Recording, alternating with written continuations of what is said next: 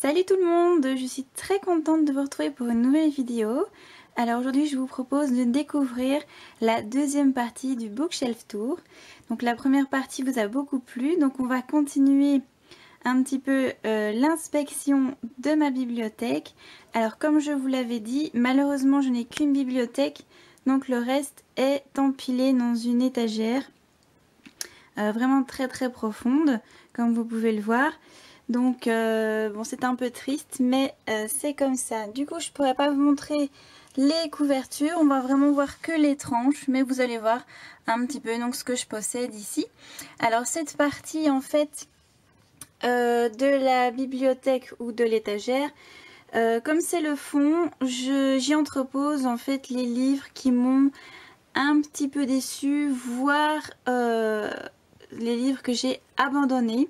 Donc c'est pas le cas pour tous, mais pour quelques-uns, donc vous allez le voir. Alors on commence avec le troisième vœu, qui est une de mes anciennes lectures.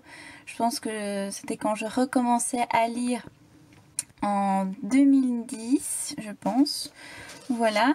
Alors après, on a aussi un classique avec comment se débarrasser d'un vampire amoureux, que je pense que vous connaissez tous, bien sûr, qui m'avait beaucoup plu à l'époque.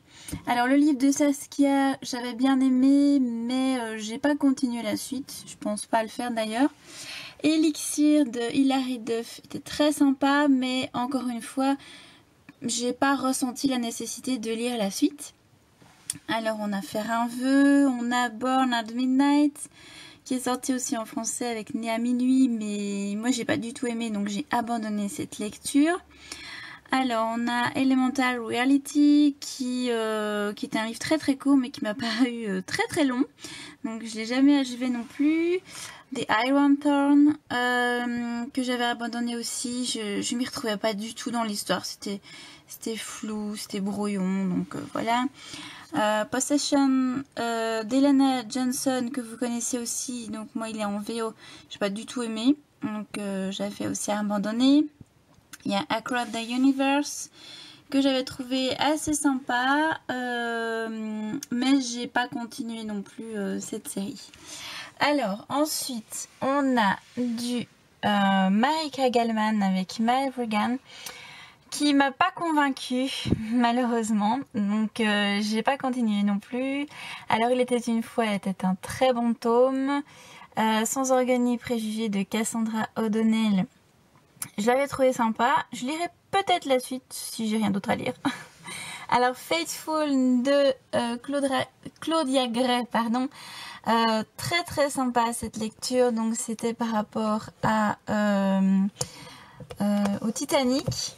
Donc malheureusement je peux pas vous montrer vraiment les couvertures, ça c'est vraiment dommage, parce que celle-ci vaut le coup par exemple. Alors Falling Under de Gwen Hayes, très sympathique lecture, qu'il faut absolument que je lise la suite. The Iron Witch, que vous connaissez aussi, je pense que c'est L'héritage oublié, je suis pas sûre en français, mais il est sorti et c'était vraiment sympa.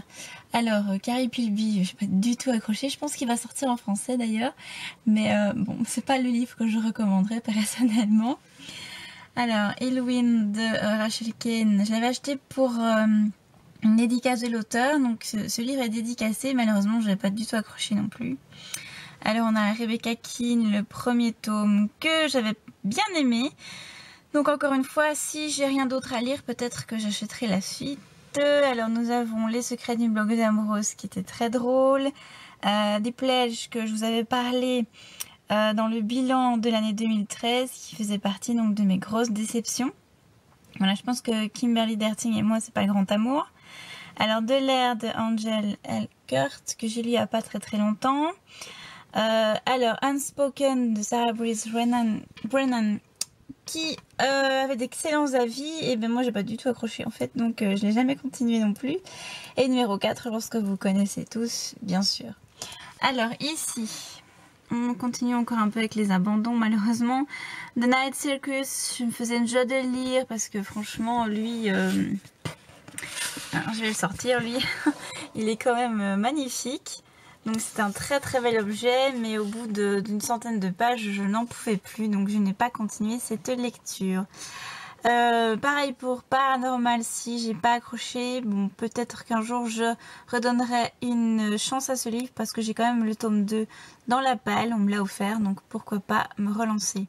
Alors Tiger Lily, c'est vrai que je l'avais mis en pause, donc peut-être que je le relirai aussi parce que je pense que le style d'écriture est très poétique et donc très très sympa. Alors ici par contre on a donc du Simone Alkeles qui évidemment c'est de l'excellence. Mon Paradise, j'avais bien aimé, ça n'a pas été un coup de cœur. Irrésistible Chimie, je vous en parle même pas, je l'avais dévoré ce livre. Et le deuxième tome je l'ai en anglais, Rules of Attraction. Donc avec Carlos, alors Carlos je l'adore, je crois que je l'aime encore plus que Alex, donc voilà, de l'excellence comme je dis. Alors on a le livre de Chloé Delalande avec Also Vampred qui va ressortir chez Rebelle Édition donc en avril si je me trompe pas. Puis on a Tempest Rising, une petite histoire de sirène très sympathique. Alors Delirium que j'avais bien aimé aussi. Ripple qui est aussi une histoire de sirène mais très très différente de Tempest Rising par exemple. Et puis on a Rebel Birthmarked qui est pas mal non plus, mais c'est vrai que j'ai jamais lu la suite. Voilà, donc ce sont, bon, malgré quelques très bons livres, vous avez remarqué que dans l'ensemble ce sont ceux qui m'ont un petit peu déçu, donc c'est pour ça qu'ils se retrouvent malheureusement dans le fond de la bibliothèque. Voilà pour cette deuxième partie du Bookshelf Tour et je vous retrouve bien sûr pour les suivantes.